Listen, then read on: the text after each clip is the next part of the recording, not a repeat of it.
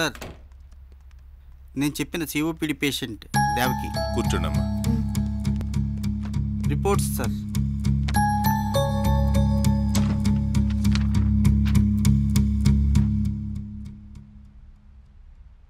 ఇప్పుడు ఎలా ఉందమ్మా?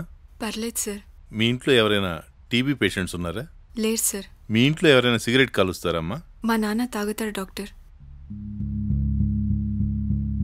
ఎప్పటి నుంచి ఆయన సిగరెట్ కాలుస్తున్నారు? నా చిన్నప్పటి నుంచి తాగుతున్నారు సార్.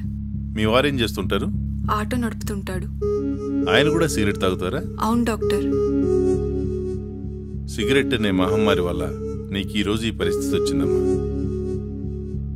సిగరెట్ పొగ వల్ల సిఓపిడి అంటే క్రానిక్ అబ్స్ట్రక్టివ్ పల్మనరీ డిసీజ్ వచ్చిందమ్మా.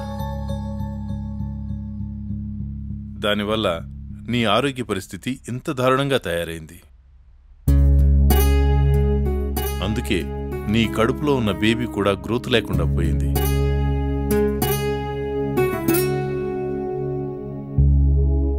ముఖ్యంగా మీ లంగ్స్ పూర్తిగా దెబ్బతిన్నాయి.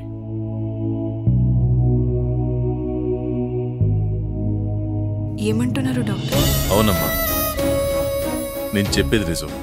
ఒక వ్యక్తి సిగరెట్ కాల్చే సమయంలో చుట్టుపక్కల ఎవరైతే పొగ పీలుస్తారో వాళ్ళకి జబ్బు రావడం జరుగుతుంది.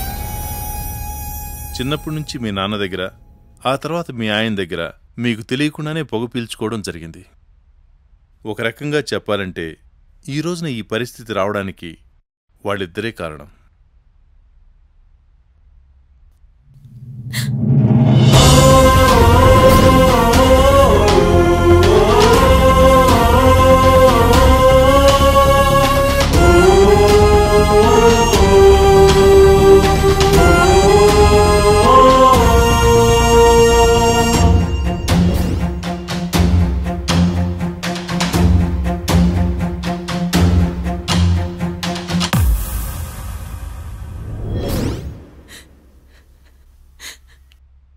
డాక్టర్, నాకు సాయం చేస్తారా? చెప్పమ్మా. ఈ జబ్బు నా భర్త, మా నాన్న కారణంగా నాకు వచ్చిందని మా ఆయనకు చెప్పకండి. ఏం మాట్లాడుతున్నావమ్మా? నేను ఒక డాక్టర్ని. జబ్బు దేనివల్ల వచ్చిందని చెప్పడం చాలా ఇంపార్టెంట్. Please doctor.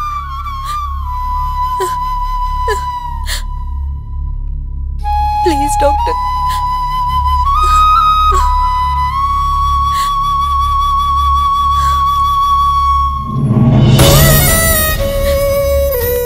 ఏంటమ్మా ఇది?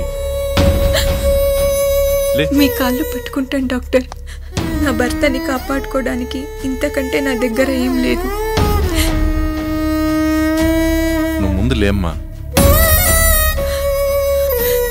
నాకేమైనా పర్లేదు డాక్టర్. వాళ్ళు మాత్రం ప్రాణాలతో నా ముందుంటే చాలు. అలాగేనమ్మా. Please doctor. ముందు నువ్వు కూర్చో.